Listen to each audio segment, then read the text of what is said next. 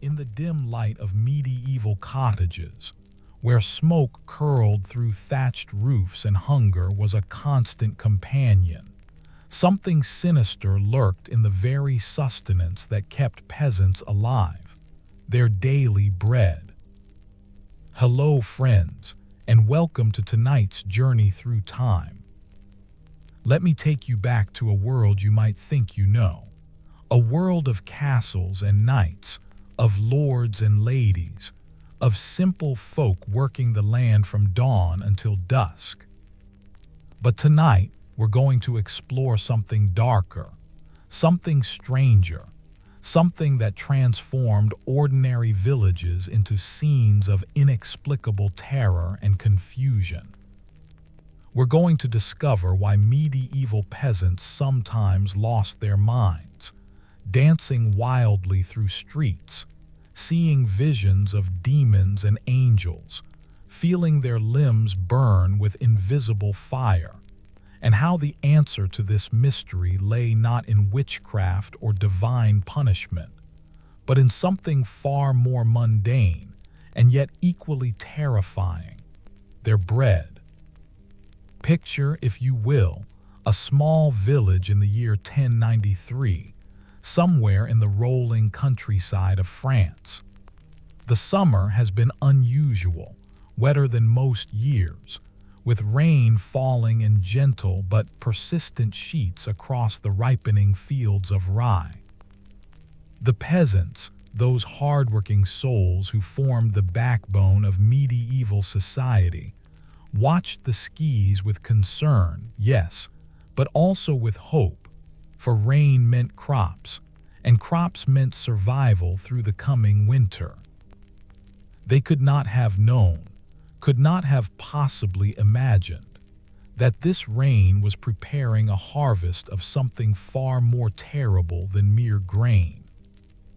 The village we're visiting tonight, let's call it Saint Marcel, though it could have been any of 1,000 similar settlements scattered across medieval Europe, consisted of perhaps 40 families, living in simple wooden and wattle and daub cottages clustered around a small stone church. The church was the heart of everything, the center of their spiritual and social lives, and its bells marked the rhythm of their days. These people lived close to the earth in ways we can scarcely imagine now. They knew the soil intimately, could read the weather in the behavior of animals and the color of the sky, understood which plants healed and which harmed, passed down knowledge through generations in a world where most could not read or write. Their lives followed patterns as ancient as agriculture itself. They rose with the sun, worked until their backs ached and their hands bled, ate simple meals of pottage and bread, bread and more bread, for bread was life itself. A peasant family might consume several pounds of bread each day. It was their primary source of calories, their staff of life, the foundation of every meal. Without bread, they would starve, and they knew this with a certainty that lived in their bones. The lord of the manor controlled the mill where grain was ground into flour, charged fees for its use, and the peasants paid these fees because they had no choice.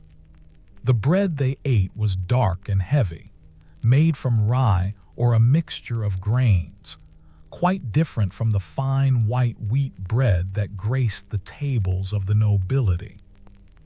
Now rye is a remarkable grain, hardy and resilient, able to grow in poorer soils and colder climates where wheat would fail. For the peasants of northern Europe, rye was a lifeline, the crop that stood between them and famine. But rye has a vulnerability, a terrible susceptibility to a particular fungus, and when conditions are just right, when the weather is damp and cool during the flowering season, This fungus takes hold and transforms the grain into something poisonous.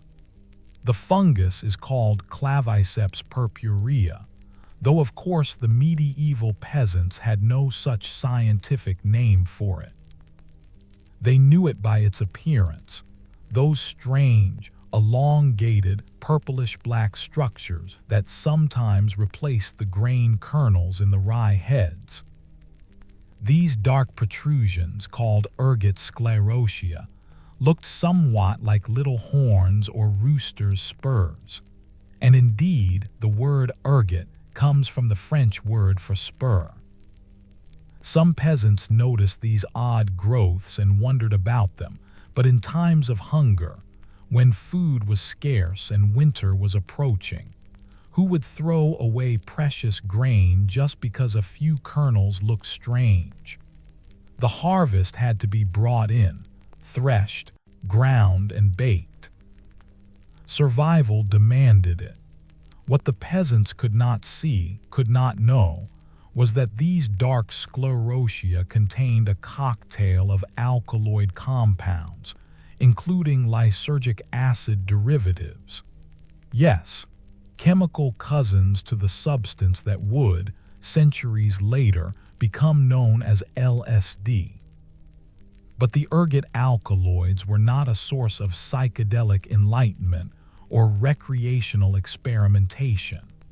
They were poisonous, pure and simple, though their effects were complex and varied, attacking the human body through multiple pathways, creating symptoms so bizarre and terrifying that those who witnessed them could only attribute them to supernatural causes. In our village of Saint Marcel, the harvest came in late August, and the peasants worked from dawn to dusk, cutting the rye with sickles, binding it into sheaves, stacking the sheaves in the fields to dry. The rye that year was particularly abundant, despite the wet summer, or perhaps because of it, and there was relief and even joy among the families as they contemplated a winter with full bellies. The miller worked overtime, grinding the grain into flour, and soon the smell of baking bread filled the village, that warm, yeasty aroma that meant home and comfort and life itself. But within weeks, strange things began to happen. It started with Marguerite, the miller's daughter, a girl of perhaps 16 summers, known for her cheerful disposition and willing hands. One morning, she complained to her mother of a burning sensation in her feet and hands, as if invisible flames were consuming her extremities. Her mother, a practical woman with much experience in the minor ailments of daily life, assumed her daughter had perhaps touched some irritating plant while gathering herbs, and applied the usual remedies: cool clothes, an infusion of chamomile, prayers to Saint Anthony. But the burning did not stop. Instead, it grew worse, spreading up Marguerite's limbs until she was crying out in agony, thrashing in her bed, begging for relief that would not come. Within days, others in the village began experiencing similar symptoms. Old Bernard, who had survived 60 winters and was considered a font of wisdom, felt his fingers and toes begin to tingle and then burn.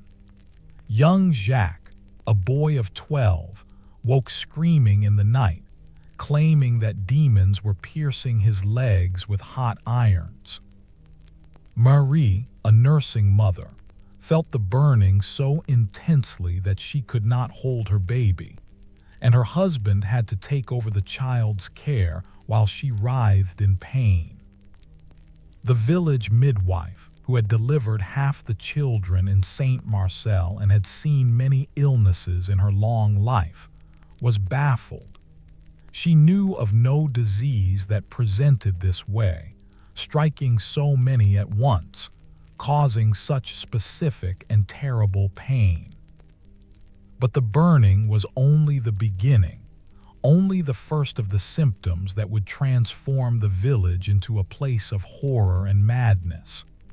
As days passed, some of those afflicted with the burning sensation began to experience something even more disturbing. Their limbs began to change color, turning dark, almost black, as if the flesh itself was dying. And indeed, it was dying, for the ergot alkaloids were constricting blood vessels, cutting off circulation, causing gangrene to set in. The smell of rotting flesh began to permeate some cottages, and the screams of the afflicted echoed through the village day and night. Imagine the confusion, the terror of these simple folk as they watched their friends and family members literally rot away while still alive. Fingers turned black and fell off. Toes withered and dropped away. In the most severe cases, entire limbs had to be amputated, crude, agonizing procedures performed without anesthesia, using whatever sharp implements were at hand, cauterized with hot irons. Many died from these amputations, succumbing to shock or infection. Others died from the gangrenous limbs themselves, the rot spreading through their bodies until their organs failed. The village priest, Father Anselm, a young man who had only recently taken up his position in Saint Marcel, was overwhelmed and terrified. He had studied theology, could read Latin, understood church doctrine, but nothing in his education had prepared him for this plague that had descended upon his flock. He prayed constantly, led processions around the village, sprinkled holy water, and invoked the protection of every saint he could name. The villagers, desperate for any explanation that might help them understand their suffering, turned to the only framework they had: the spiritual, the supernatural.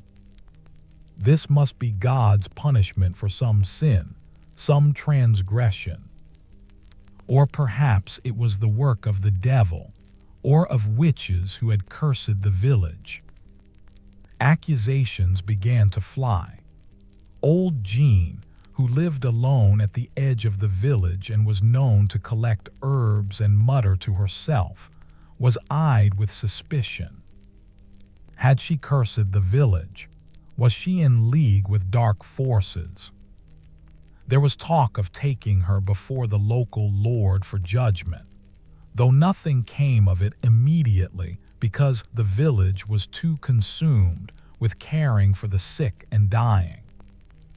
But the seeds of suspicion were planted, and they would grow in fertile soil.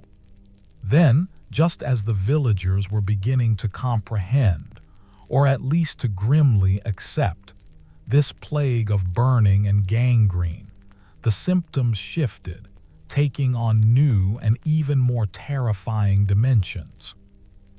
Some of those who had been afflicted with the burning began to experience convulsions, their bodies seized by spasms so violent that it took several strong men to hold them down.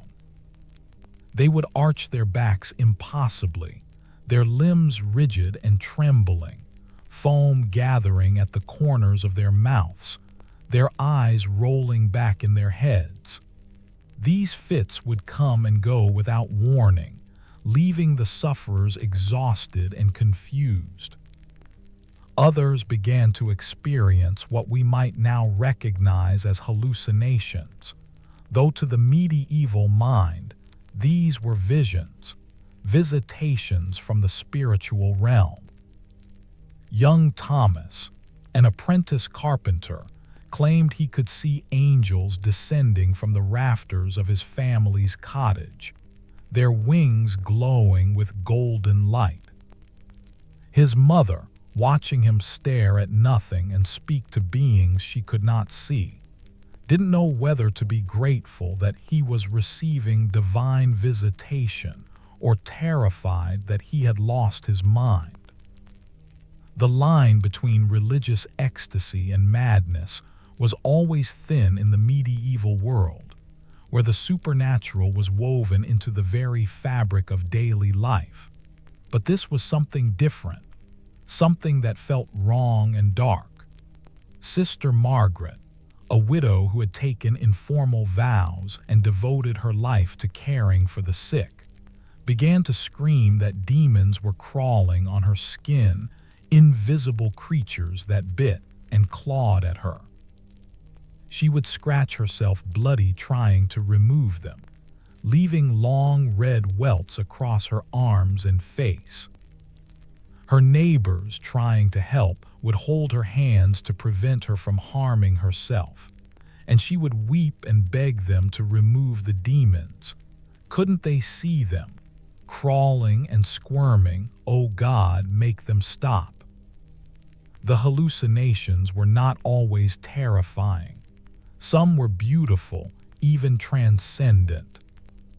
Pierre, a farmer who had lived an unremarkable life of hard work and simple faith, lay in his bed describing visions of heaven, of Christ himself surrounded by light, of his dead parents and siblings welcoming him to paradise. His wife sat beside him, holding his hand, unsure whether to rejoice that her husband was being granted such grace, or to mourn that these visions surely meant he was dying. He did die 3 days later, a peaceful death despite the terrible journey that had brought him there. The variety of symptoms was bewildering and seemed to follow no pattern that the villagers could discern. Some people suffered only the burning and gangrene. Others experienced convulsions and hallucinations, but no burning. Some seemed to recover, only to be struck down again weeks later. Some died quickly, mercifully. Others lingered in agony for months. There seemed to be no rhyme or reason to who was afflicted and who was spared, though observant eyes might have noticed that the wealthiest family in the village, the one that could afford to buy wheat flour from traveling merchants, remained entirely untouched by the plague. Father Anselm wrote desperate letters to his bishop, describing the horrors unfolding in his parish and begging for guidance. The bishop, hearing reports of similar outbreaks in other villages across his diocese, began to understand that this was not an isolated incident, but part of a larger pattern. He ordered special masses to be said, called for fasting and prayer, and sent instructions that relics of certain saints known for healing, particularly Saint Anthony, should be brought to the affected areas and processed through the villages. Saint Anthony the Great, the Egyptian hermit who had lived in the 3rd and 4th centuries, had become associated with this particular affliction, though the reasons were more practical than spiritual. Some monastic orders dedicated to Saint Anthony had, through careful observation and perhaps some degree of medical knowledge that exceeded that of the common folk, noticed that people who were suffering from this terrible burning and gangrene often improved when they were brought to the monasteries and fed from the monks' stores. The monks didn't understand why this was so. They attributed it to the saints' intercession, but the practical effect was real enough. The ergot-free grain that the monasteries typically had access to, combined with rest and care, allowed the body to begin to heal once the poisoning stopped.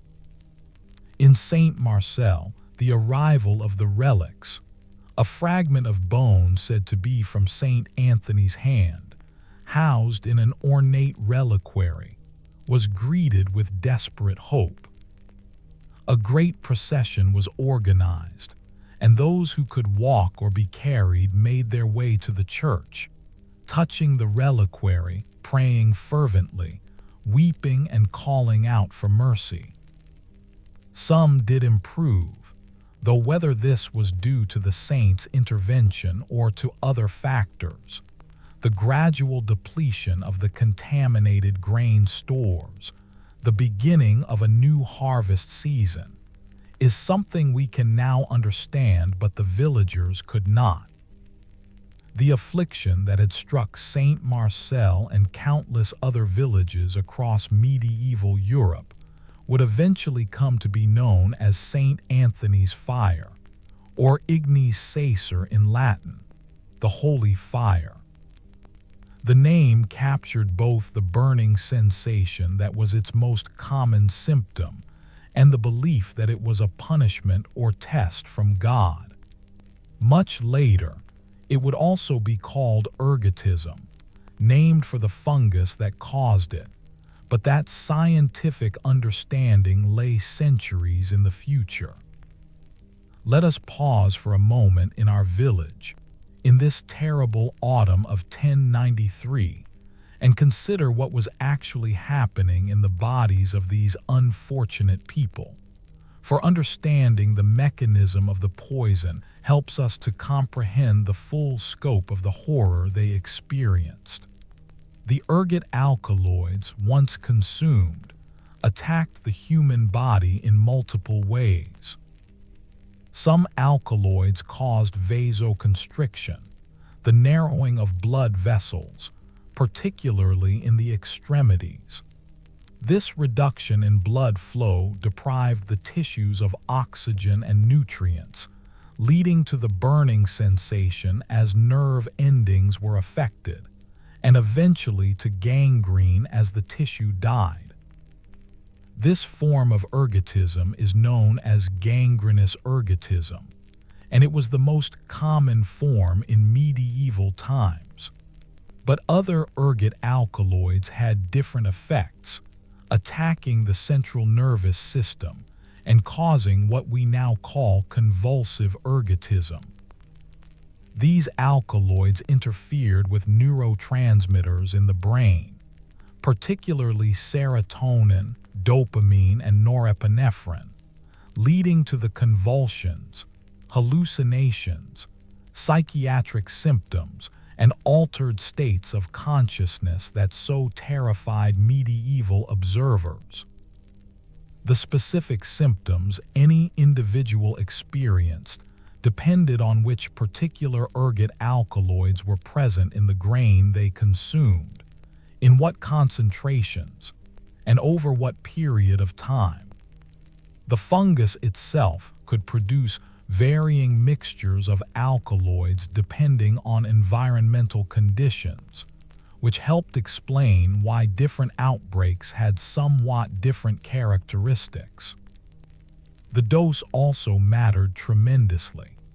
Someone consuming small amounts of contaminated bread over a long period might experience chronic symptoms that developed gradually, tingling and burning that slowly worsened, subtle changes in perception, mild psychiatric effects.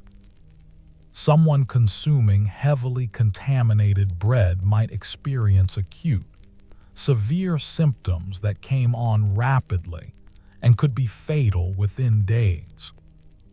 And because the bread was made from grain harvested at the same time from the same fields, entire families, entire villages could be poisoned simultaneously, creating the appearance of an epidemic disease sweeping through the population.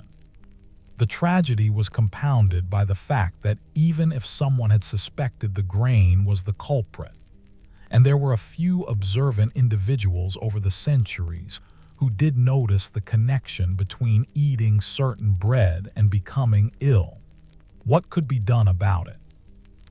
In times of plenty, contaminated grain might be discarded or fed to animals, who also suffered from ergotism, though this was often attributed to demonic possession or curses.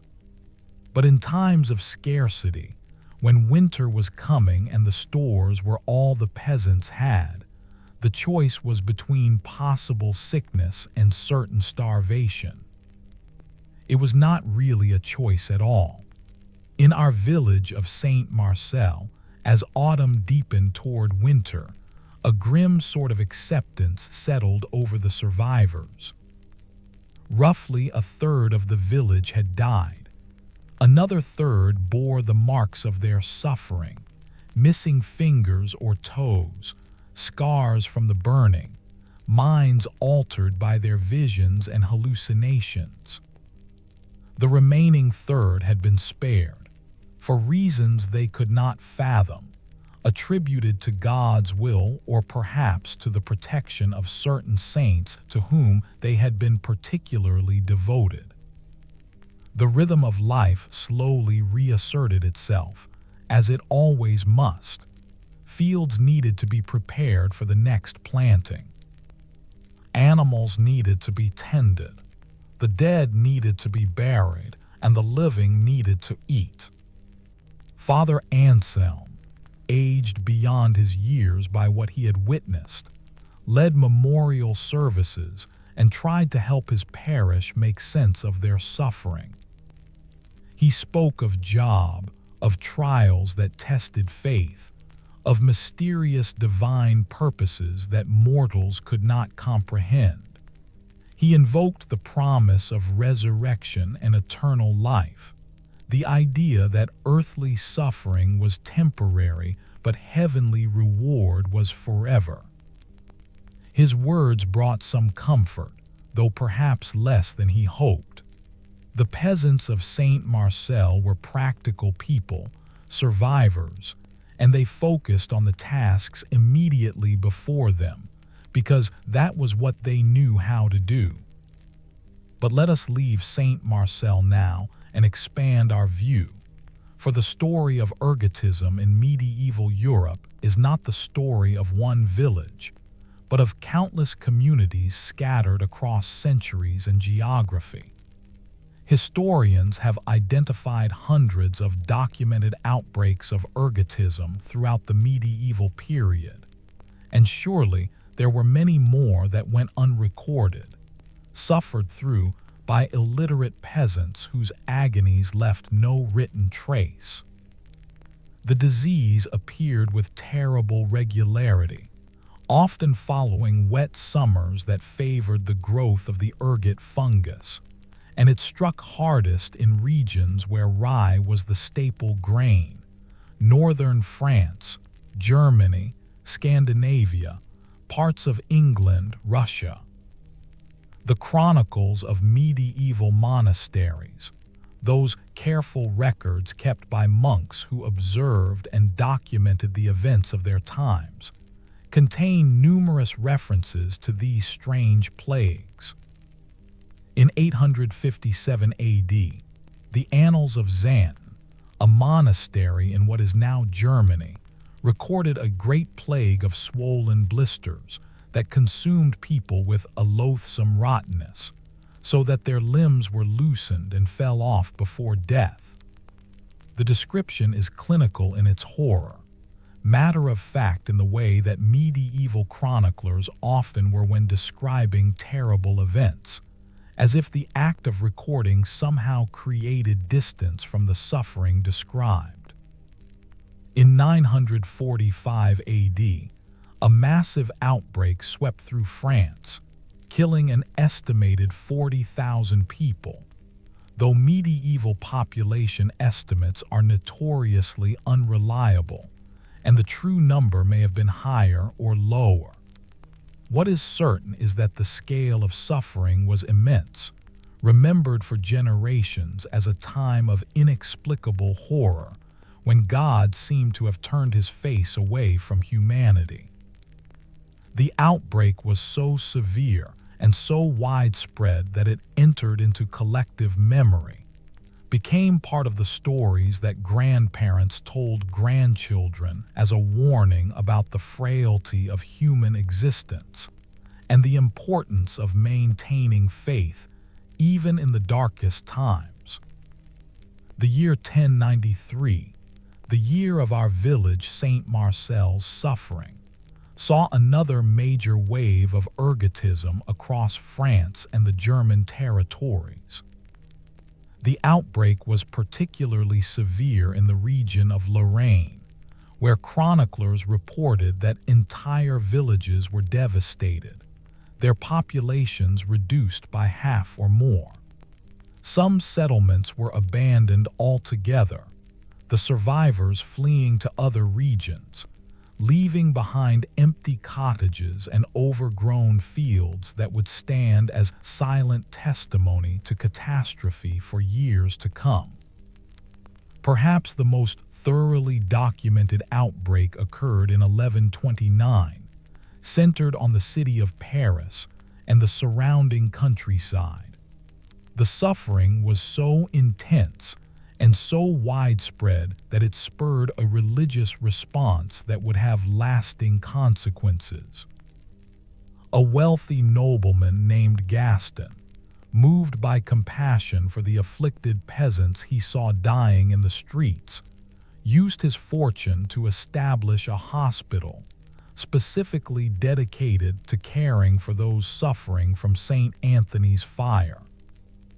This hospital, and the religious order that grew up around it, the Hospital Brothers of St. Anthony, would become the primary institutional response to ergotism throughout the medieval period.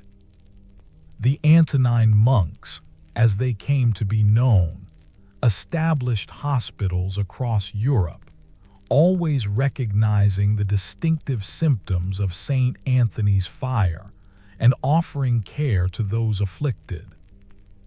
The monks wore black robes emblazoned with a blue tau cross, the symbol of St. Anthony, and they became a familiar sight in medieval Europe, traveling to outbreak sites, establishing new hospitals, and collecting donations to support their work. They developed what amounted to a medical specialty, though they would not have called it that, focused on this one particular affliction that seemed to strike without warning and cause such spectacular suffering. Now, here is where the story becomes truly fascinating, where observation and practical experience began to edge toward something like scientific understanding, even if the theoretical framework was still rooted in medieval concepts of divine will and supernatural causation. The Antonine monks noticed something important. When they brought afflicted peasants to their hospitals and fed them from the monastery's stores, the patients often improved dramatically. The burning would gradually subside, the convulsions would lessen, the hallucinations would fade, and while gangrenous limbs could not be restored, the progression of the disease would halt. The monks attributed this improvement to several factors. First and foremost, they believed in the intercession of St. Anthony himself, whose relics were housed in their churches and who they prayed to constantly. Second, they provided what we would now recognize as good nursing care, keeping patients clean and comfortable, dressing their wounds, providing rest and nourishment.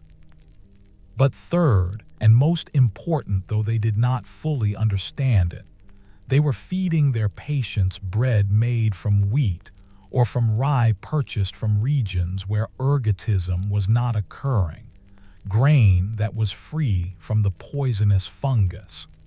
Some of the more observant monks began to notice patterns. They saw that outbreaks of St. Anthony's fire tended to occur in the same regions, particularly in areas where rye was the primary crop. They noticed that outbreaks often followed wet summers. They noticed that the wealthier members of society who ate wheat bread seemed to be spared while the poor, who relied on rye, were struck down.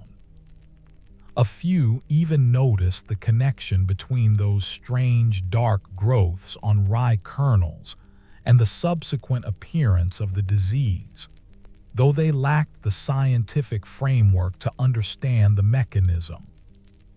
One Antonine monk, working in the 1580s.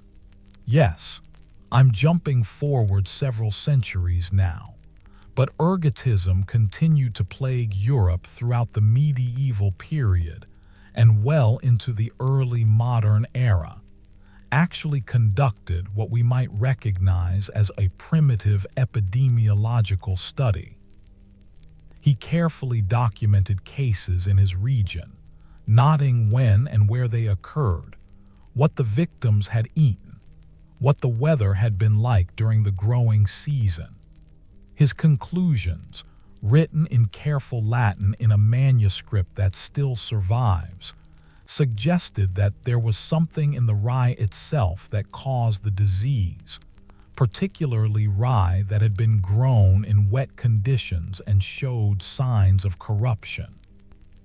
But even with these observations, even with the practical knowledge that removing patients from their contaminated food sources helped them recover, the full understanding of ergotism remained elusive.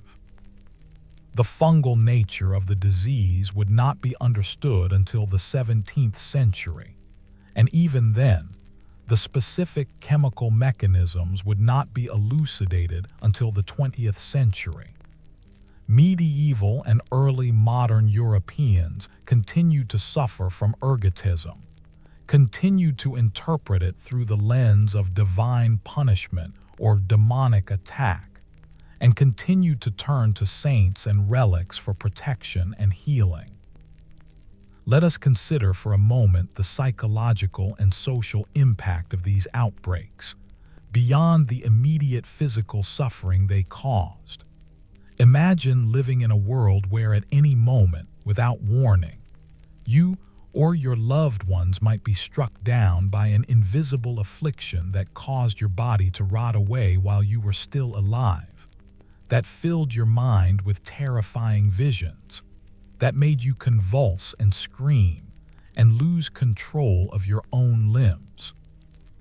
Imagine having no scientific explanation for this, no understanding of germs or toxins or chemical compounds, only the conviction that this must be the work of supernatural forces, either divine punishment or diabolic attack. This constant, lurking dread must have permeated medieval life in ways we can barely conceive. It reinforced the period's intense religiosity, the sense that human beings were utterly dependent on God's mercy and entirely vulnerable to his wrath. It fueled obsession with sin and repentance, the belief that communities must police themselves morally or risk collective punishment. When ergotism struck, people examined their consciences, searched for the sins that had brought this plague upon them, sought to make amends with God through prayer, fasting, pilgrimages, and donations to churches. The disease also contributed to the persecution of marginalized groups. When a village was struck by St. Anthony's fire, someone had to be blamed, and the usual suspects, elderly women living alone, people who practiced traditional healing, anyone who was different or unpopular, became targets. While the great witch hunts of the early modern period were driven by complex social and religious factors, the periodic outbreaks of ergotism and similar mysterious afflictions certainly contributed to the climate of fear and suspicion that made such persecutions possible. If your neighbor was writhing on the ground, claiming to see demons, and you had no concept of poisoning or hallucinations, the explanation that a witch had cursed them must have seemed perfectly reasonable. There is also an intriguing historical question about whether some famous incidents that have been attributed to mass hysteria, demonic possession, or other supernatural causes might actually have been ergotism outbreaks. The most frequently discussed case is the Salem witch trials of 1692 in colonial Massachusetts. Several researchers have proposed that the strange behaviors exhibited by the afflicted girls in Salem, the convulsions, the sensations of being pinched and bitten by invisible forces, the hallucinations, the physical contortions, match the symptoms of convulsive ergotism. Salem was a farming community. Rye was grown there, and the weather in the year before the trials was reportedly wet and conducive to ergot growth. This theory remains controversial among historians, and it's important not to oversimplify what was clearly a complex social phenomenon with multiple contributing factors. The Salem trials involved religious extremism, social tensions, personal vendettas, and the particular dynamics of Puritan culture, and reducing them solely to ergot poisoning would be a mistake. But it's not implausible that ergotism could have been one factor among many, that genuine physiological symptoms caused by contaminated grain could have been misinterpreted through the lens of the culture's beliefs about witchcraft, and that this misinterpretation then spiraled into the tragic events we know from history. Similarly, some researchers have wondered about certain medieval instances of supposed demonic possession or divine visitation. When nuns in a convent began experiencing convulsions, visions, and bizarre behaviors, as happened periodically throughout the medieval and early modern periods, could some of these cases have been ergotism rather than the mass hysteria they're usually described as?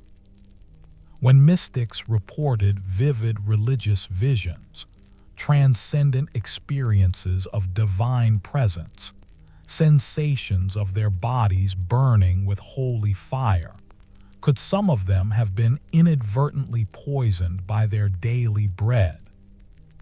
We'll never know for certain in most cases, but it's a reminder that the line between the physical and the spiritual, between biology and belief, was even more blurred in the medieval world than we might assume. Now, let me take you to a specific outbreak that was particularly well documented, and that illustrates many of the themes we've been exploring. In 1580, in the German city of Marburg, a severe outbreak of convulsive ergotism occurred. Unlike many outbreaks that primarily affected rural peasants, this one struck in a city, affecting people of various social classes and attracting the attention of educated observers who left detailed written accounts. The outbreak began in late autumn, after a wet summer that had been remarked upon by farmers and townspeople alike.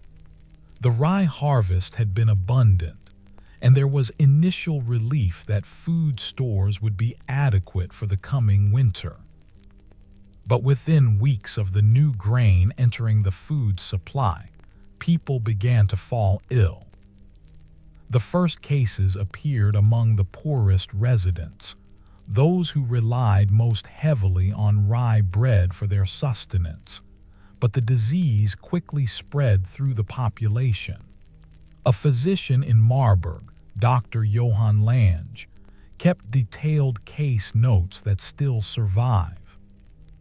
His descriptions provide an invaluable window into how a trained medical observer of the 16th century, someone familiar with the medical theories of the time, the concepts of humors and miasmas and planetary influences, tried to make sense of what he was seeing.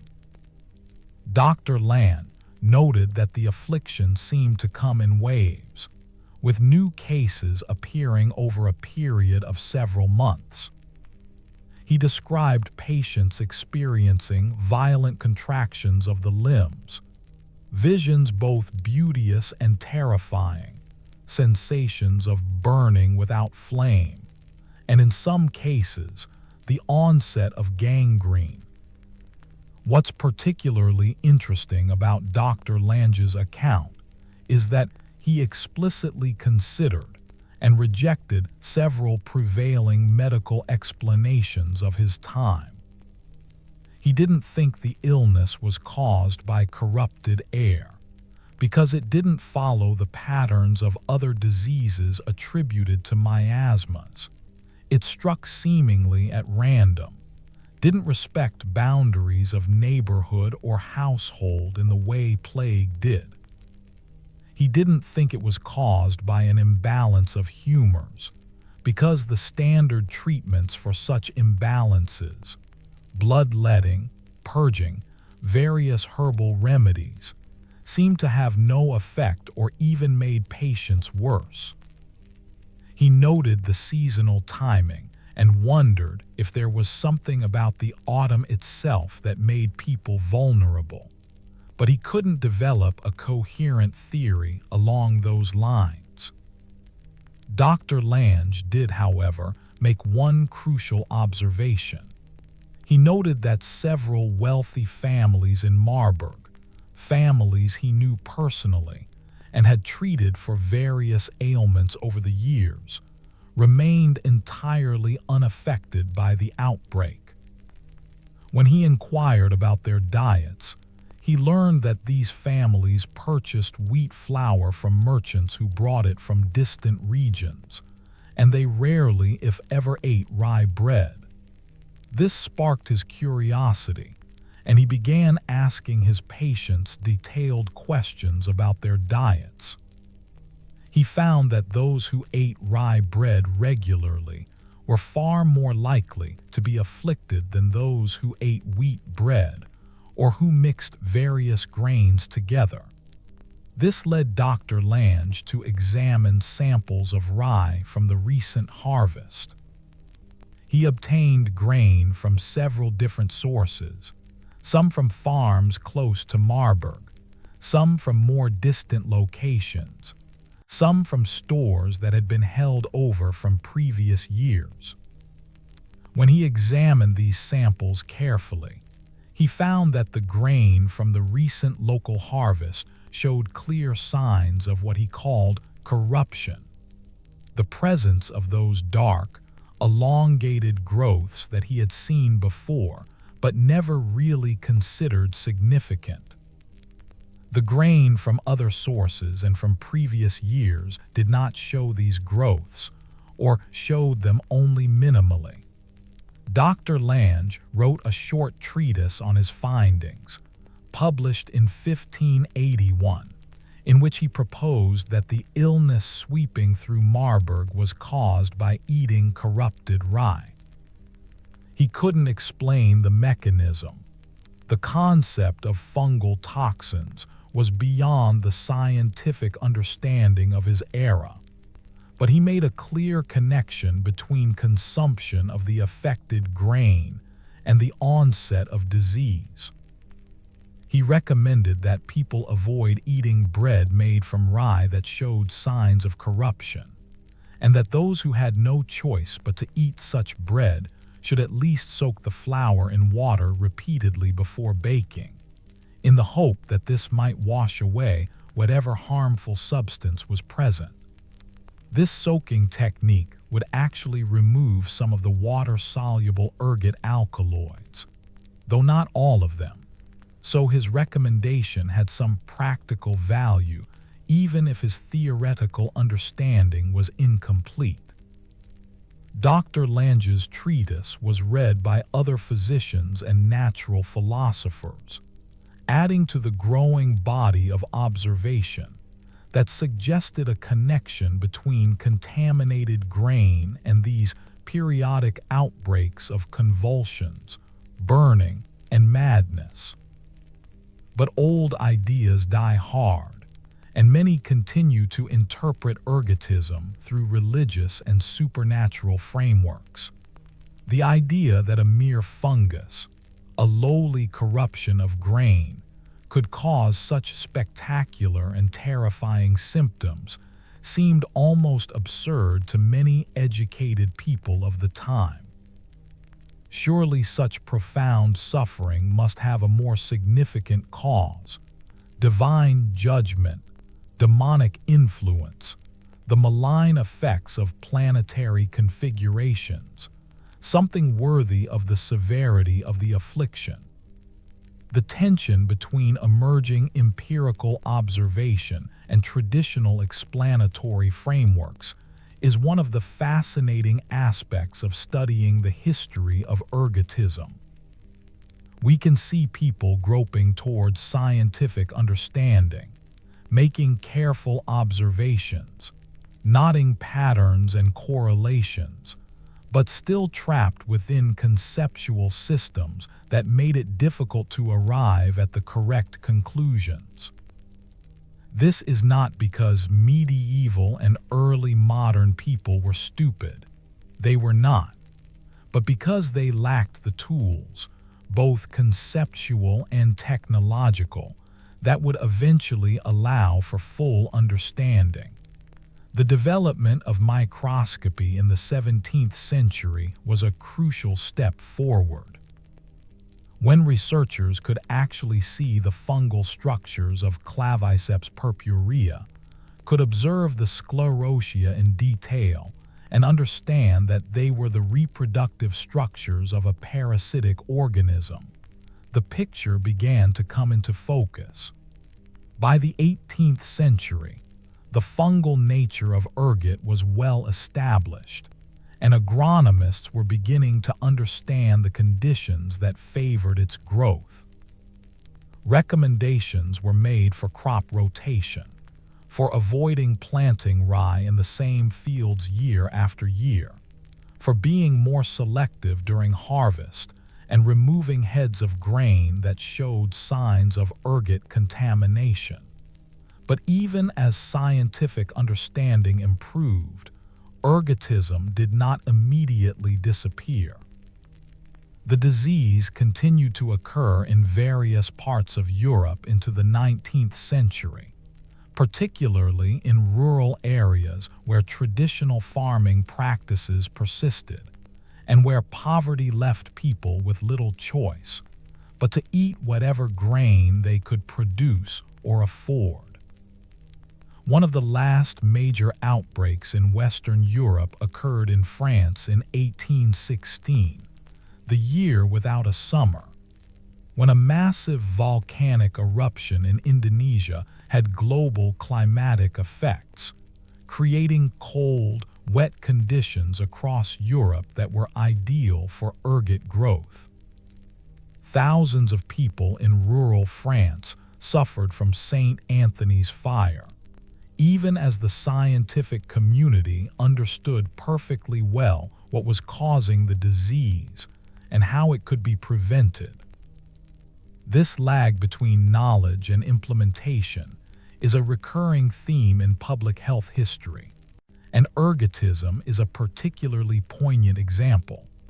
The solution to the problem was straightforward: avoid planting rye in wet, poorly drained soils, remove contaminated grain during harvest and processing, maintain careful quality control over grain stores, diversify food sources so that no one population was entirely dependent on a single susceptible crop.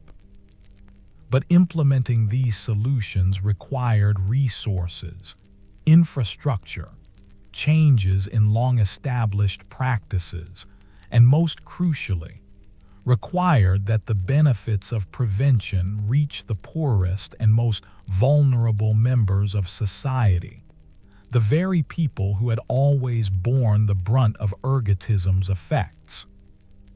Let us now turn our attention to Russia, where ergotism persisted longer than anywhere else in Europe, continuing to cause outbreaks well into the 20th century.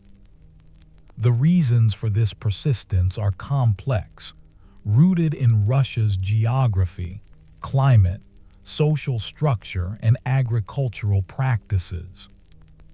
Rye was the overwhelmingly dominant grain crop across much of Russia, particularly well suited to the cold climate and relatively poor soils of the northern regions. The Russian peasantry, living under conditions of extreme poverty and limited education, had little knowledge of crop diseases and little ability to be selective about what grain they consumed. When famine threatened, which it often did, any food was precious, and contaminated grain was better than no grain at all. Russian sources use the term zelaya korcha, meaning evil writhing or wicked convulsion, to describe ergotism outbreaks. The chronicles are filled with descriptions of villages where people would suddenly begin writhing and convulsing, crying out about visions of demons or angels, burning with invisible fire. The scale of some Russian outbreaks was staggering. In 1722, an outbreak in the region around St. Petersburg affected an estimated 20,000 people, killing several thousand. In 1770, another major outbreak swept through multiple provinces, affecting tens of thousands. The persistence of ergotism in Russia into the modern era provides some of the most detailed medical documentation of the disease, because by the 19th and early 20th centuries, Russian physicians were able to study active outbreaks with the tools of modern medicine. They conducted chemical analyses of contaminated grain, examined patients using contemporary diagnostic techniques, and documented the progression of symptoms with scientific precision. These studies filled in many gaps in understanding and confirmed what earlier observers had suspected, that ergotism was indeed caused by specific alkaloid compounds produced by the ergot fungus, that these compounds affected both the vascular system and the central nervous system, that the specific symptoms any individual experienced depended on dosage, duration of exposure, and the particular mix of alkaloids present. One particularly interesting Russian case study involved an outbreak in a remote village in 1926. Soviet public health officials, investigating reports of a mysterious affliction, found that virtually every family in the village had been affected. Some victims suffered from gangrenous ergotism, with blackened extremities requiring amputation. Others exhibited convulsive symptoms, hallucinations, and psychological disturbances. The officials traced the outbreak to a batch of rye that had been harvested during an unusually wet autumn and stored improperly, allowing the ergot to proliferate. What makes this case study particularly valuable is that the Soviet officials were able to do something that would have been impossible in earlier eras. They confiscated all the remaining contaminated grain, provided the village with clean grain from government stores, and then monitored the population's recovery over subsequent months. They documented how quickly symptoms resolved once exposure to the ergot alkaloid stopped, how different symptoms had different recovery timelines, and which effects were reversible versus permanent. The gangrenous damage, of course, could not be undone, and those who had lost limbs remained disabled. But the convulsive symptoms gradually subsided, the hallucinations faded, and most patients' mental states returned to normal, though some continued to experience psychological effects for months or even years. This case study and others like it helped establish the definitive understanding of ergotism that we have today. But even as the disease was being thoroughly studied and understood, even as its causes and prevention were being clearly articulated in medical literature and public health guidelines, it continued to occur. The last major outbreak of ergotism in the world occurred in Ethiopia in 1978, affecting hundreds of people in rural areas where traditional farming practices and poverty created the same conditions that had plagued medieval Europe centuries earlier. The Ethiopian outbreak of 1978 serves as a sobering reminder that ergotism, like so many preventable diseases, persists not because we lack knowledge, but because poverty, inequality, and lack of infrastructure leave vulnerable populations exposed to dangers that wealthier societies have long since eliminated. The affected communities in Ethiopia were subsistence farmers growing barley that had become contaminated with ergot, eating it because they had no alternative, suffering the ancient curse of St. Anthony's fire in an age when humans had walked on the moon, and computers were beginning to transform the world. The contrast is almost unbearable to contemplate. But let us return now to medieval Europe, to the world where ergotism was not an anomaly but a recurring feature of life, woven into the fabric of existence as surely as the seasons themselves. I want to explore more deeply how this disease shaped medieval culture, how it influenced art and literature and religious practice, how it left its mark on the medieval imagination in ways both obvious and subtle. Consider the visual arts of the medieval period, particularly the paintings and sculptures depicting St. Anthony and the afflictions associated with him. The artistic representations of St. Anthony's fire are numerous and often quite graphic, showing victims with blackened, withered limbs, their faces contorted in agony, their bodies twisted by convulsions. These were not abstractions or symbolic representations. They were documentary evidence, artistic records of real suffering that the artists had witnessed themselves or heard described in vivid detail. One particularly famous work is the Isenheim altarpiece, created by the German artist Matthias Grunwald between 1512 and 1516 for the Antonine Monastery at Isenheim in Alsace. The altarpiece includes several panels depicting the crucifixion of Christ, the temptation of Saint Anthony, and various saints, but it's the details that are most revealing.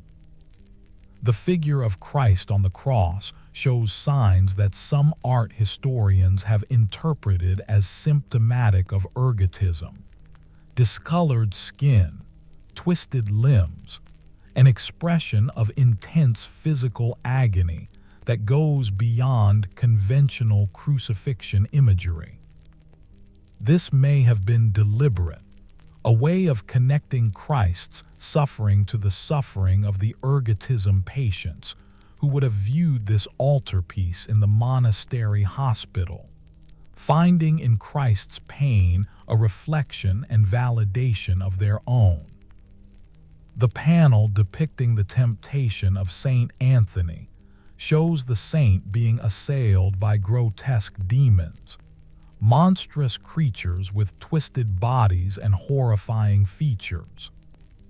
While the temptation of Saint Anthony was a traditional subject in Christian art, drawn from accounts of the saint's life in the Egyptian desert, Grunewald's version has a particularly nightmarish quality. Some scholars have suggested that these demonic figures may have been inspired by descriptions of the hallucinations experienced by ergotism victims. The crawling creatures on the skin, the terrifying visions of monsters and demons that seemed absolutely real to those experiencing them. The painting thus becomes a bridge between physical disease and spiritual interpretation, embodying the medieval worldview in which the material and supernatural were inextricably intertwined. Literature of the medieval period also reflects the presence of ergotism, though often in oblique ways since authors rarely identified diseases by name and tended to describe afflictions in general terms. The medieval obsession with physical decay, with the corruption of the flesh, with sudden and terrible punishments visited upon sinners. These themes appear again and again in literature, from sermons to poetry to mystery plays. While not all of this imagery can be traced directly to ergotism, the disease certainly contributed to a cultural atmosphere in which the body was seen as vulnerable, unreliable, subject to sudden transformation from health to horror. The dance macabre tradition, those medieval artistic and literary works depicting death leading people from all walks of life in a dance, may have been influenced by observations of ergotism's convulsive effects. The jerking, uncontrollable movements of advanced convulsive ergotism could look like a grotesque parody of dancing, and there are accounts of ergotism victims in groups moving together in ways that observers described as dancing, though it was involuntary and agonizing rather than joyful. The dancing mania, outbreaks that occurred periodically in medieval Europe, mass events where groups of people would dance uncontrollably for hours or days, apparently unable to stop, have been attributed to various causes including mass hysteria and religious fervor. But ergotism is also a plausible explanation for at least some of these incidents. One of the most famous dancing mania events occurred in Strasbourg in 1518, when a woman named Frau Trophia began dancing in the street and could not stop. Within days, dozens of people had joined her, and within a month, approximately 400 people were dancing uncontrollably, some until they collapsed from exhaustion or even died. Contemporary accounts describe the dancers as being in a trance-like state, unable to control their movements, continuing to dance even when they were clearly in pain and distress. While the Strasbourg dancing plague had complex social and psychological dimensions, the convulsive effects of ergotism could have been a contributing factor, particularly if the population had been consuming contaminated grain. Religious practices and beliefs were profoundly shaped by the recurring threat of ergotism. The cult of Saint Anthony, already important before ergotism, became associated with the saint, grew enormously throughout the medieval period precisely because Anthony was seen as the primary protector against this terrible affliction. Pilgrims traveled great distances to visit shrines containing relics of Saint Anthony, hoping to be cured or to secure protection against the disease. The Antonine Order's hospitals became major pilgrimage destinations, and the monks' distinctive robe and Tau cross symbols were recognized across Europe. Other saints also became associated with protection against ergotism or similar afflictions. Saint Vitus, for example, was invoked against the convulsive symptoms. The Saint Vitus's dance, that gives its name to Sydenham's chorea, a different disease altogether, but the name reflects the medieval association of Saint Vitus with uncontrollable movements. Saint Martin was sometimes called upon for protection against ergotism in certain regions. The medieval proliferation of saints associated with specific diseases and afflictions reflects a worldview in which illness was fundamentally a spiritual matter, requiring spiritual remedies. Pilgrimages themselves became an important response to ergotism outbreaks. When a village was struck by Saint Anthony's fire, those who could still walk might undertake a pilgrimage to a shrine of Saint Anthony, sometimes traveling hundreds of miles, hoping that this demonstration of faith and penitence would secure divine mercy. These pilgrimages served multiple functions. They were religious expressions, certainly, but they also removed people from the source of contaminated grain, and the charitable food provided at monasteries and churches along pilgrimage routes was likely to be ergot-free.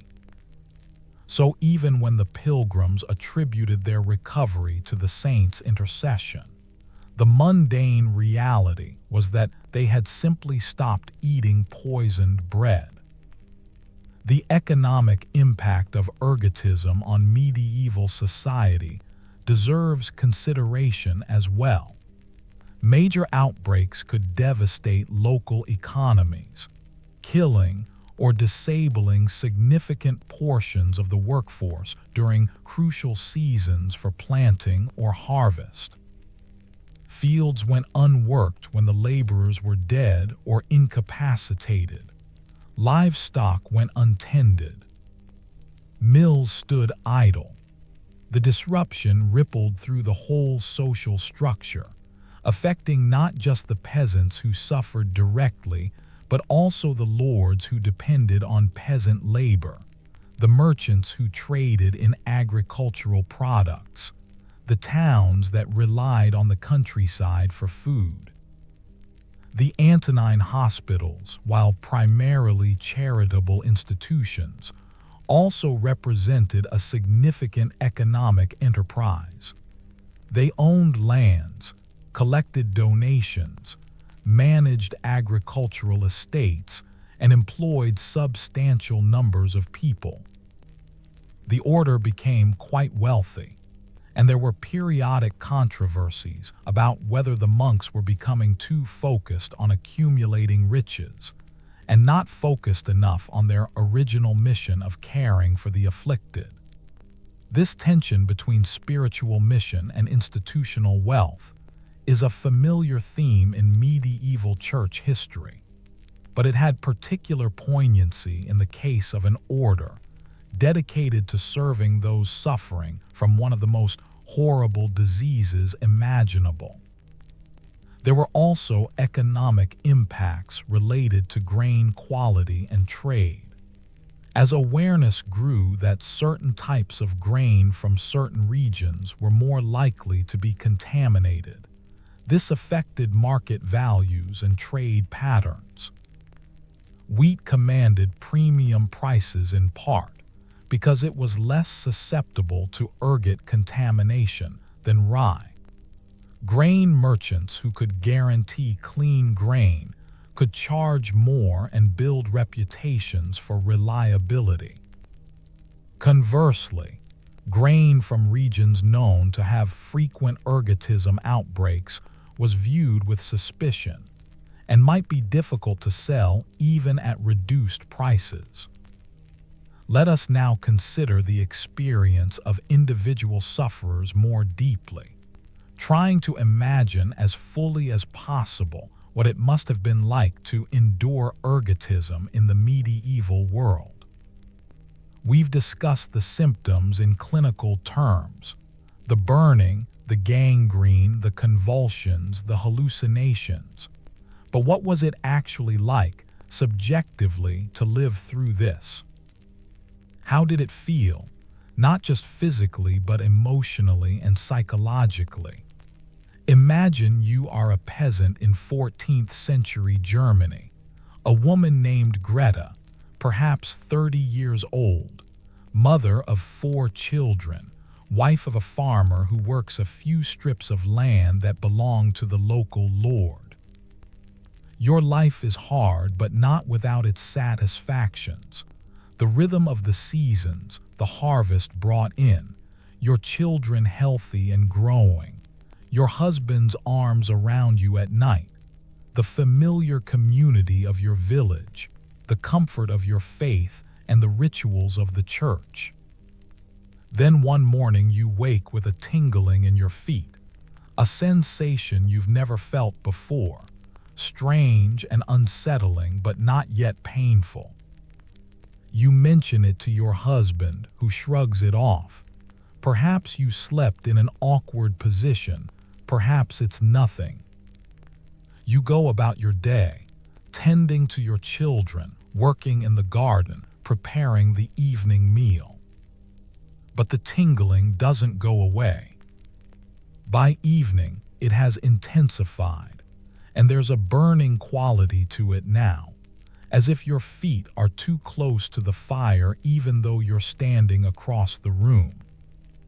That night you cannot sleep. The burning has spread to your hands, and it's becoming painful, a deep, aching, fiery pain that seems to come from inside your very bones. You pray, asking God what you have done to deserve this suffering, searching your conscience for sins that might have brought this punishment upon you. Your husband, worried now, suggests that in the morning you should go to the village healer, old Margaret, who knows herbs and remedies. But the morning brings no relief, only escalating agony.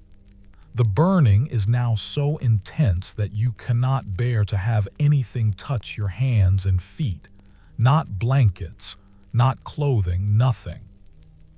You sit by the hearth, weeping, holding your hands out in front of you as if that might somehow ease the pain, though it doesn't.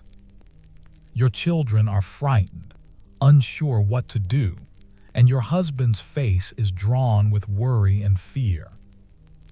Old Margaret comes and examines you, touches your feet and hands gently, looks into your eyes, asks about what you've eaten, whether you've been cursed by anyone, whether you've been near anyone who was sick.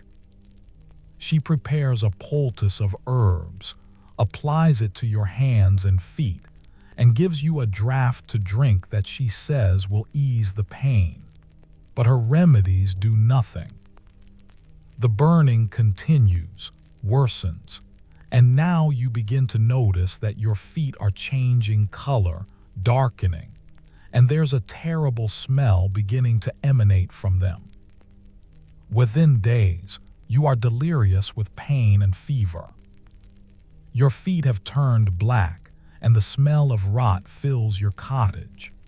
Your family has sent word to the priest, who comes and prays over you, anoints you with holy oil, and assures you that this trial is a test of faith that you must endure with patience. But how can you be patient when every moment is agony? How can you maintain faith when God seems to have abandoned you to this incomprehensible suffering? Your husband, desperate to save your life, makes a terrible decision. He has heard that sometimes, if the rotting limbs are removed, the afflicted person may survive. With the help of 2 other men from the village, using tools meant for butchering animals because that's all they have, he amputates your feet. There is no anesthesia, nothing to dull the pain except perhaps a strong drink that barely touches the agony. You scream until your voice gives out, and then you pass into blessed unconsciousness. When you wake, your feet are gone. Rough bandages cover the stumps, already seeping blood and other fluids. The pain is still there, phantom sensations of burning in feet that no longer exist, and new pain from the wounds. You are weak from blood loss, feverish from infection, and you know with a terrible certainty that you will never walk again, never dance, never feel the earth beneath your feet, never chase after your children or work in your garden or kneel properly in church.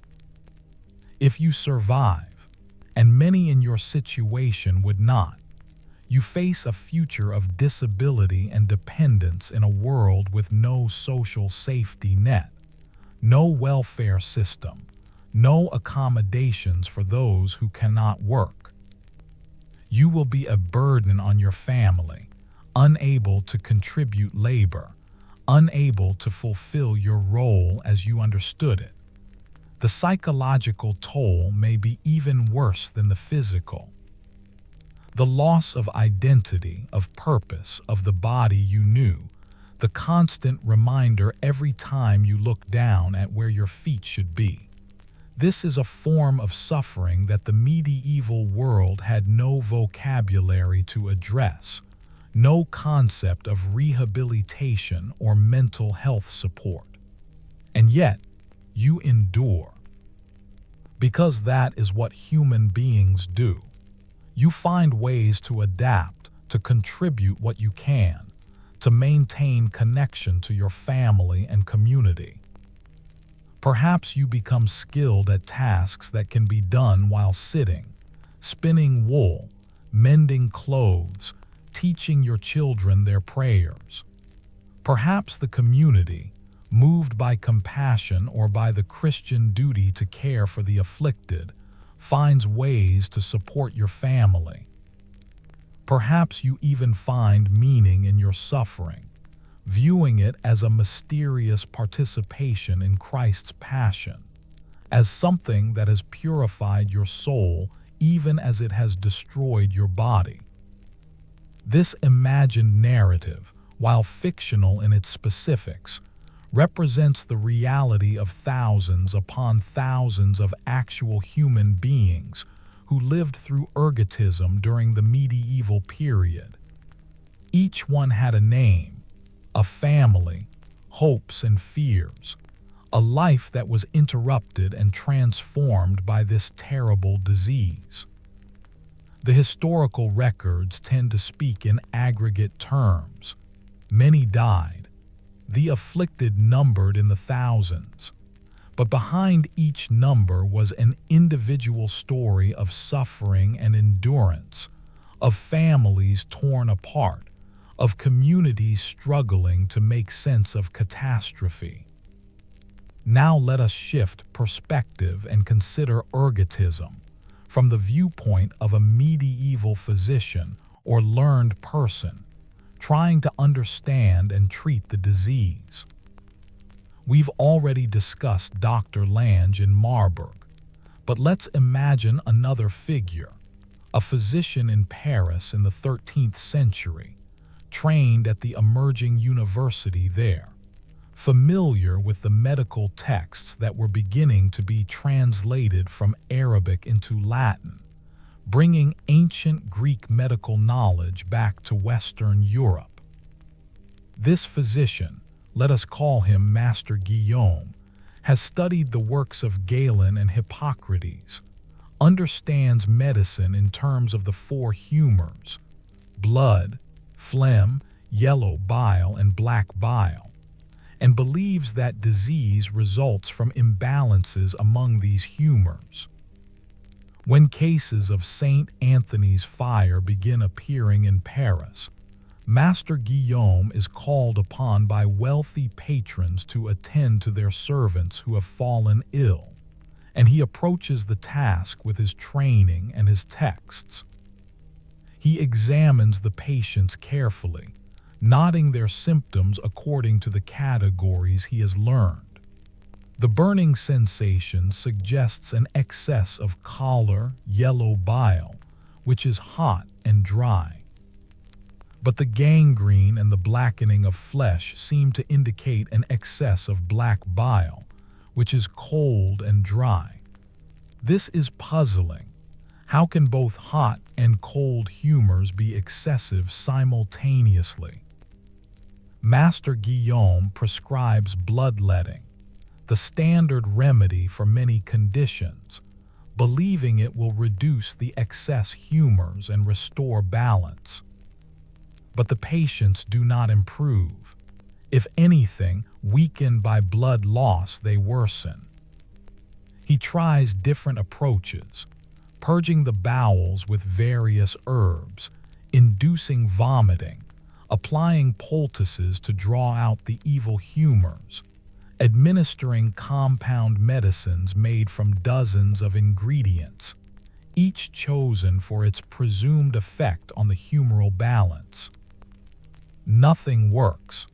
The patients continue to suffer, continue to worsen, continue to die, or to lose their limbs to gangrene. Master Guillaume is frustrated, and if he is honest with himself, frightened. His medical training, which should have given him the tools to understand and treat disease, seems useless in the face of this affliction. He consults with other physicians, and they debate the matter. Some suggest that St. Anthony's fire is not primarily a humoral disorder, but rather a condition caused by corrupted air, a miasma that enters the body and causes putrefaction from within. Others argue that it must be the result of astrological influences, perhaps a malign conjunction of planets that affects certain constitutions.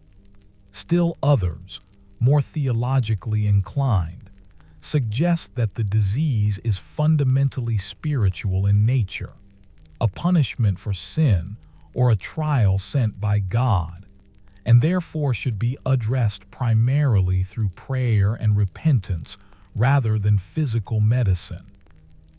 What's fascinating about this debate is that Master Guillaume and his colleagues are genuinely trying to understand, using the best conceptual tools available to them. But those tools are fundamentally inadequate for the task. The humoral theory of medicine, which had dominated Western thought for over 1,000 years and would continue to do so for several more centuries, simply could not account for ergotism. The disease didn't fit the patterns that the theory predicted. And yet, lacking any alternative framework, physicians continued to try to force ergotism into humoral explanations, creating increasingly elaborate and baroque theories to account for the observations that didn't fit. Some physicians did make practical observations that proved useful even if their theoretical understanding was flawed. They noticed, for example, that keeping gangrenous limbs clean and dry seemed to slow the spread of infection. They found that certain herbal remedies, while not curing the disease, could provide some symptomatic relief. Willow bark for pain, for instance, which we now know contains salicylic acid, a precursor to aspirin. They developed surgical techniques for amputation that, while crude by modern standards, increased the patient's chances of surviving the procedure. But the fundamental mystery remained unsolved, and this must have been profoundly frustrating for educated physicians who saw themselves as men of learning and science. The inability to understand or effectively treat ergotism contributed to a broader crisis of confidence in medieval medicine that would eventually, centuries later, help spur the development of new approaches to understanding disease. There's an interesting parallel here to modern medicine's occasional encounters with diseases or conditions that don't fit neatly into current paradigms. The history of medicine is full of examples where prevailing theories had to be discarded or radically revised in the face of observations that couldn't be explained. Ergotism is a particularly clear case because the true explanation, fungal contamination producing toxic alkaloids, was so far outside the conceptual framework of medieval medicine that even the most brilliant physicians of the era couldn't have reasoned their way to it without the tools of modern chemistry and microbiology. Let us consider now the social dynamics within villages and communities experiencing ergotism outbreaks. We've touched on this already, but it's worth exploring more deeply how the disease affected social relationships, community cohesion, and collective behavior. An ergotism outbreak was not just a medical crisis, but a profound social crisis, one that tested the bonds that held communities together. In the early stages of an outbreak, when the first cases appeared, there was typically confusion and fear, but also a coming together, a communal response rooted in the Christian duty of charity and the practical necessity of mutual aid. Neighbors helped care for the afflicted, bringing food, tending to children whose parents were incapacitated, providing what comfort they could. The parish priest would organize prayer services, lead processions, and arrange for special masses to be said. The lord of the manor might provide resources from his stores to help feed those who could no longer work. But as the outbreak continued and worsened, as more and more people fell ill, as the death toll mounted, this initial solidarity could begin to fracture. Fear became paramount. People began to avoid those who were afflicted, worried about contagion, even though ergotism is not contagious in any conventional sense. Families isolated themselves, barricading their cottages, refusing to interact with neighbors. The normal rhythms of communal life, the gathering at the mill, the meetings at the church, the collective agricultural work, broke down. Suspicion and blame began to poison relationships that had been friendly or at least cordial. Who was responsible for this catastrophe? The question demanded an answer, and in the absence of scientific understanding, people turned to moral and supernatural explanations. Had someone in the village committed a terrible sin that had brought God's wrath upon them all? Was there a witch among them, cursing the community? Had they failed to properly honor a saint, neglected some important religious observance, allowed heresy or blasphemy to take root. These questions could tear communities apart. Old grievances resurfaced, given new weight by the crisis. That woman who had quarreled with her neighbor over property boundaries last spring, could she have cursed the village in revenge?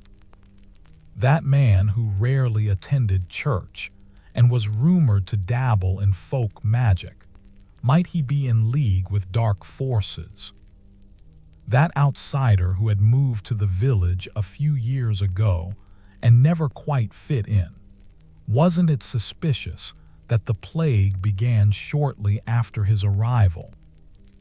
The search for scapegoats is a human response to incomprehensible suffering, a way of imposing narrative order on chaos, of identifying someone to blame, and therefore something that can be done to restore normalcy.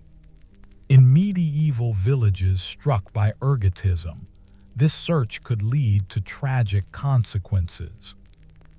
Accusations of witchcraft, while not yet at the fever pitch they would reach during the early modern witch hunts, were nonetheless serious matters. A woman accused of causing the plague through malevolent magic might be hauled before the Lord's court, interrogated, possibly tortured to extract a confession, and if found guilty, executed. These executions rarely brought the relief the community hoped for, of course, because the real cause of their suffering remained unaddressed. The contaminated grain continued to be eaten, and new cases of ergotism continued to appear.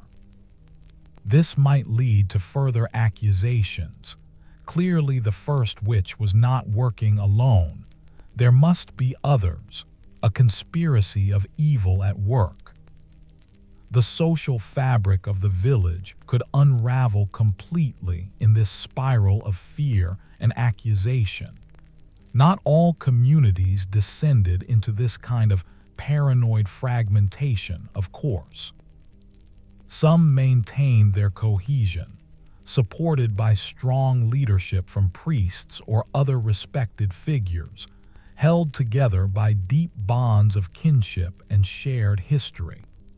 These communities focused their response on prayer and penitence, on collective acts of devotion meant to secure divine mercy. They organized pilgrimages, built shrines, made vows to saints, pooled their resources to help those in need. But even in the most cohesive communities, the strain was enormous, and the psychological scars of an ergotism outbreak could persist for generations. There's also the question of how children experienced and understood these events. Imagine being 8 or 10 years old during an ergotism outbreak in your village. You watch your mother or father succumb to the disease, writhing in pain, crying out about visions you cannot see, their body gradually failing. You don't understand what's happening. The adults themselves don't understand it, but you absorb their fear, their helplessness, their grief. You attend funerals, perhaps help dig graves, see the physical evidence of what the disease does to human bodies. You hear whispers about witches and demons, about divine punishment for sins you don't comprehend. How does such an experience shape a child's developing worldview? It would certainly reinforce the medieval sense of the world as a dangerous, unpredictable place where invisible forces, divine, demonic, or simply mysterious, could strike without warning. It would emphasize the importance of religious observance as protection against catastrophe.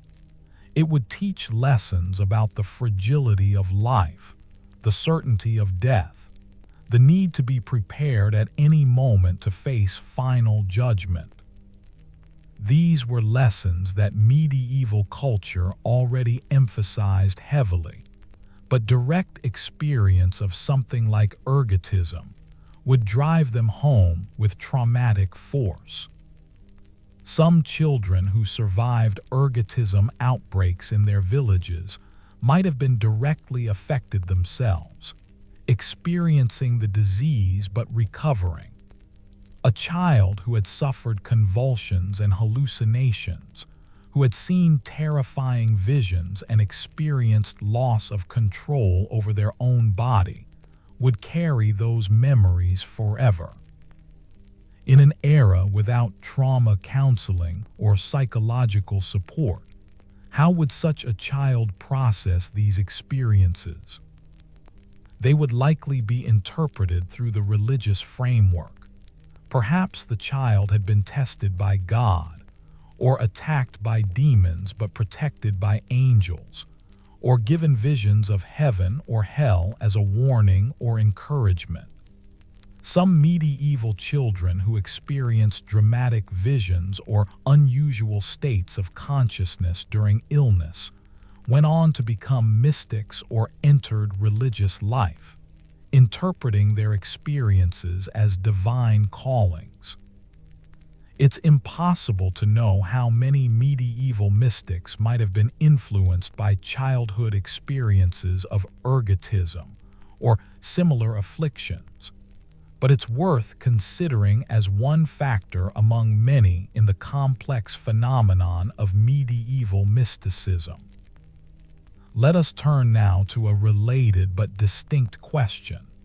How did the experience of recurring ergotism outbreaks shape medieval European culture's attitudes toward food, agriculture, and the natural world? In a very fundamental sense, ergotism was a betrayal by the staff of life itself. Bread, the most basic food, the substance that peasants relied upon absolutely for survival, could become poison. The fields that should have provided sustenance instead produced death. The very processes of cultivation, harvest, and bread making that were supposed to support life could introduce deadly corruption. This betrayal must have contributed to the medieval sense of a fallen, corrupted world, the theological concept that nature itself had been damaged by original sin and could no longer be fully trusted. In the Garden of Eden, food had been simple and abundant, requiring no labor and producing only goods. In the post-fall world, as described in Genesis, humans were condemned to eat bread earned by the sweat of their brow, and the earth would produce thorns and thistles alongside useful crops. Ergotism could be seen as an extreme manifestation of this cursed state, the bread earned through back-breaking labor turning out to contain hidden thorns, hidden corruption that caused suffering and death. Medieval agricultural practices included various rituals and blessings meant to sanctify the fields and protect the crops from harm. Priests would bless the fields at planting time, sprinkle them with holy water, and invoke the protection of agricultural saints. At harvest, there were thanksgiving ceremonies and the offering of first fruits to the church. These practices served multiple functions. They were expressions of genuine religious devotion. They reinforced the church's central role in community life, and they provided psychological comfort, a sense that something was being done to protect against the many things that could go wrong with crops. But when ergotism struck despite all the blessings and precautions, despite the proper observance of all the rituals, It raised troubling questions about the efficacy of these spiritual protections. Why would God allow the blessed fields to produce poisoned grain? Why would the prayers of the faithful go unanswered? Some theologians argued that this was part of the mystery of divine will, that God's purposes were beyond human understanding, that suffering served some higher good even if mortals couldn't perceive it. Others suggested that the blessings and rituals had actually limited the damage, that without them things would have been even worse, an argument that was impossible to disprove. The experience of ergotism and similar agricultural disasters also contributed to medieval fatalism, the sense that human efforts were ultimately futile against the forces of nature and fate. Peasants worked themselves to exhaustion cultivating their fields, only to have the harvest turn poisonous. What was the point of all that labor if the result could be death rather than life? This fatalism coexisted somewhat paradoxically with an ethic of hard work and perseverance. People had to keep working the land because there was no alternative. Survival demanded it.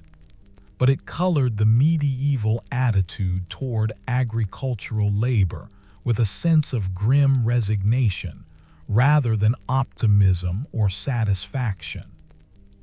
At the same time, ergotism reinforced certain practical forms of knowledge and observation that were passed down through generations.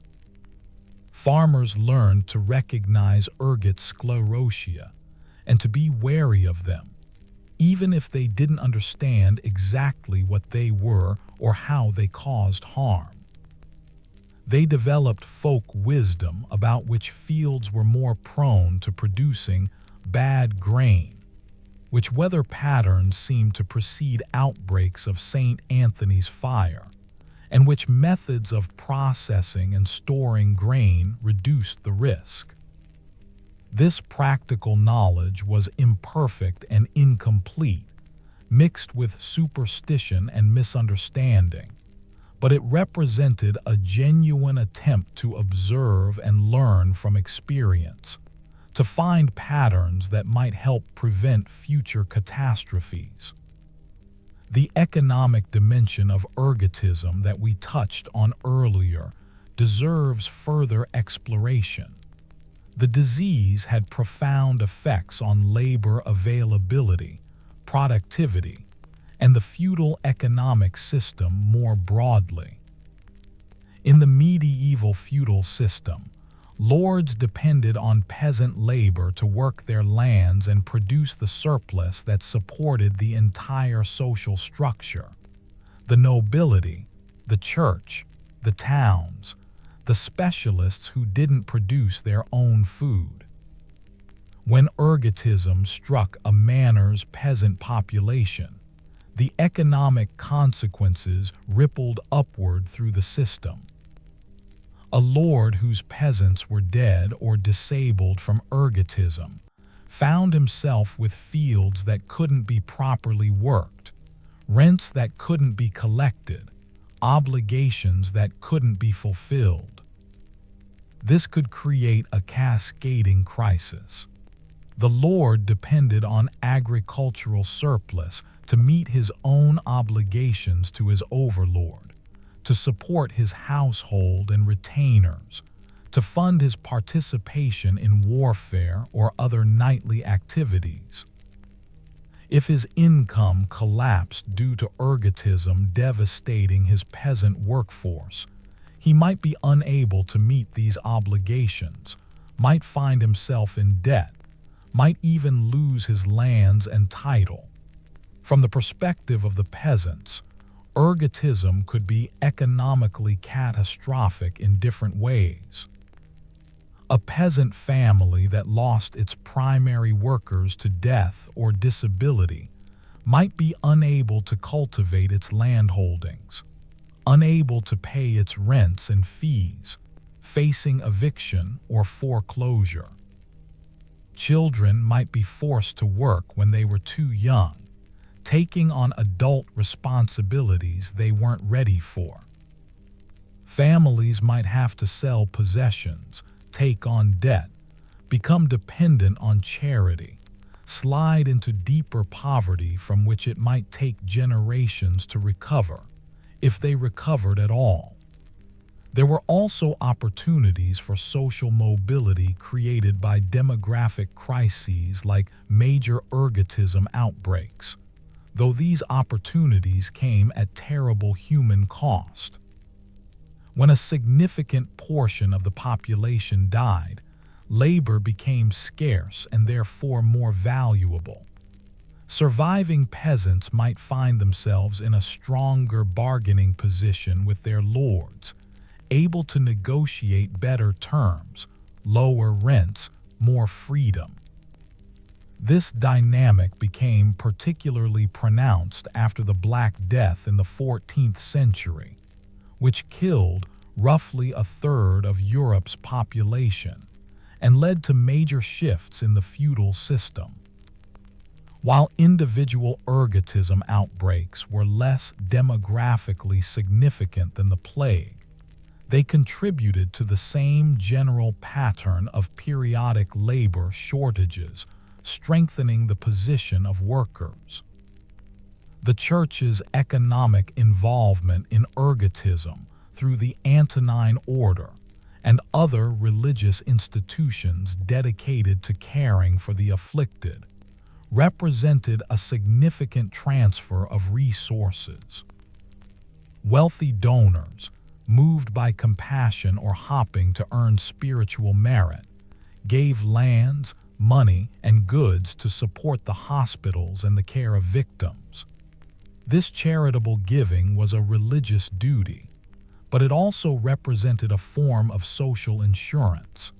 By supporting institutions that cared for the afflicted, donors were helping to create a safety net that might benefit them or their families if they themselves were ever struck by disease. The Antonine Order became extremely wealthy through these donations, controlling vast estates across Europe. This wealth allowed them to maintain their network of hospitals, to provide care that was quite sophisticated by medieval standards, to conduct what amounted to medical research through their accumulated observations of the disease. But it also created tensions and controversies, as we noted earlier. Were the monks too focused on accumulating wealth? Were they living too comfortably while the people they were supposed to serve suffered? These accusations appeared periodically, and while some may have been motivated by jealousy or political rivalries, they also reflected genuine concerns about whether charitable institutions were fulfilling their missions. Let us now consider the role of gender in the experience of ergotism. Did the disease affect men and women differently, either biologically or in terms of social consequences? The biological effects of ergotism don't appear to have been significantly different between the sexes. Both men and women experience the same range of symptoms, from gangrenous to convulsive forms. However, the social and economic consequences of the disease may have varied by gender in ways that reflected medieval society's gender structures. For women, particularly those of childbearing age, ergotism posed specific dangers. The ergot alkaloids can cause uterine contractions and were actually used in certain medical contexts to induce labor or control postpartum bleeding, though the dosage in these medical applications was carefully controlled. While dietary exposure to ergot was uncontrolled and potentially lethal. Pregnant women who consumed ergot-contaminated grain might experience miscarriages or premature labor. The combination of ergotism's vascular effects with the demands pregnancy placed on the circulatory system could be particularly dangerous.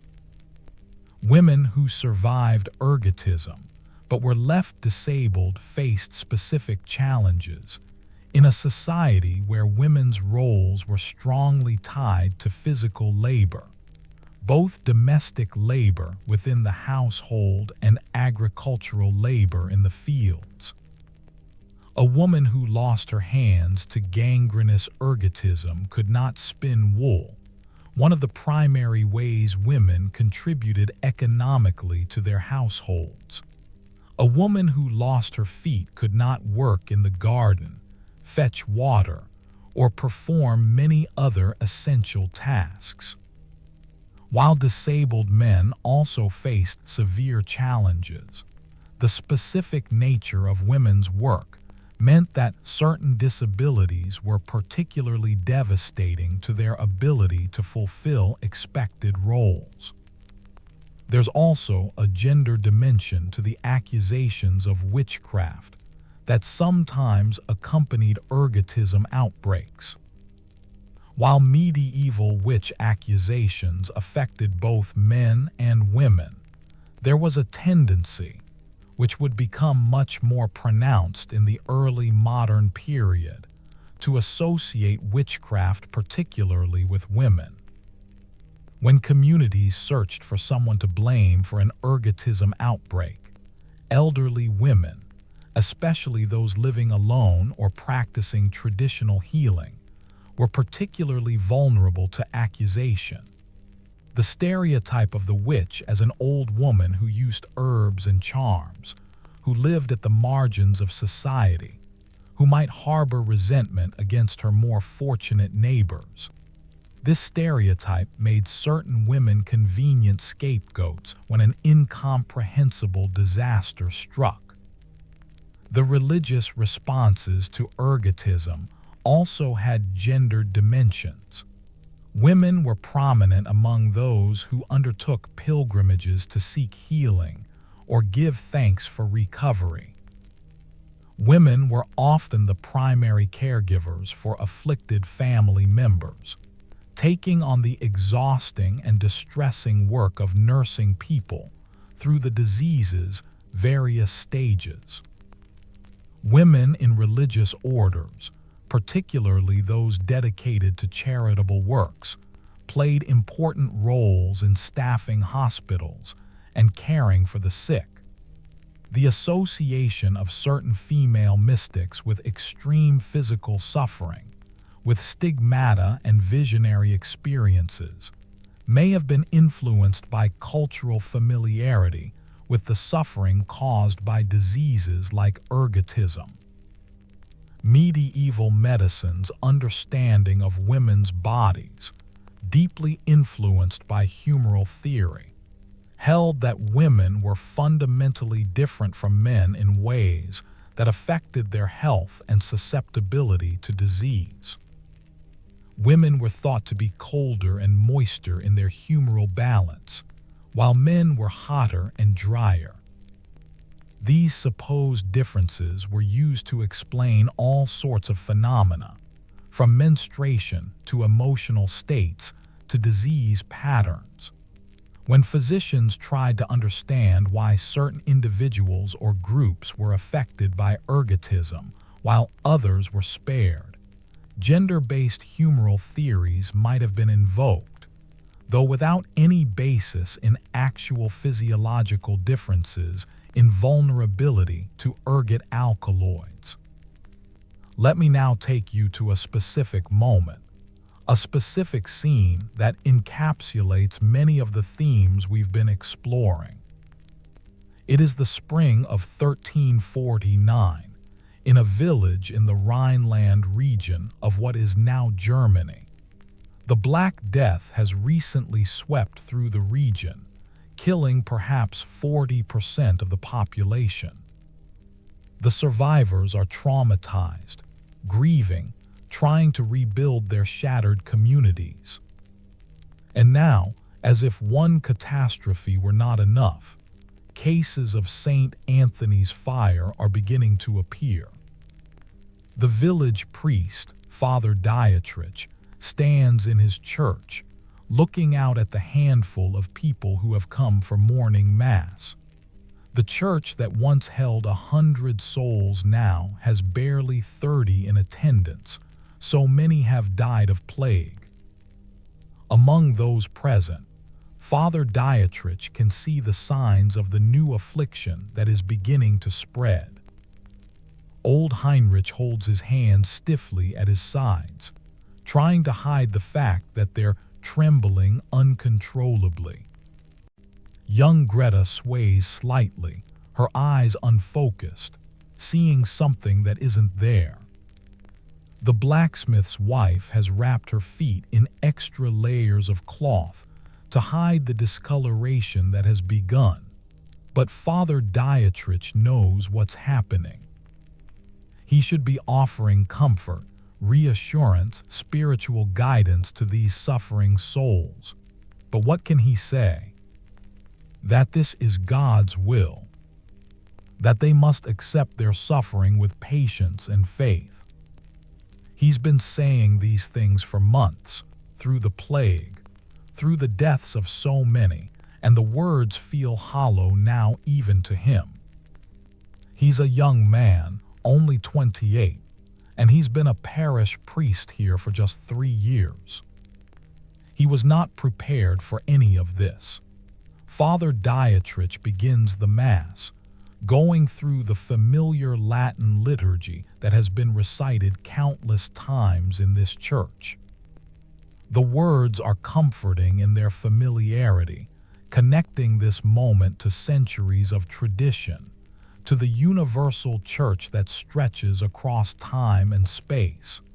But even as he chants the prayers, his mind is racing. Why is this happening? What has his parish done to deserve such calamity? He's been a faithful priest, has tended to his flock diligently, has kept the church clean and beautiful, has said the masses and heard the confessions and performed the sacraments. What more could he have done?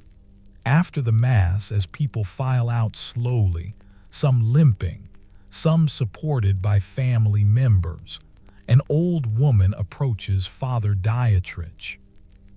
Her name is Agnes, and she's lived in this village for 70 years, survived the plague while younger, presumably stronger people died around her.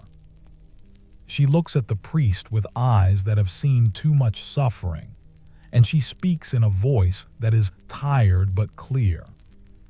"Father," she says, "when I was a girl before you were born, we had this same affliction.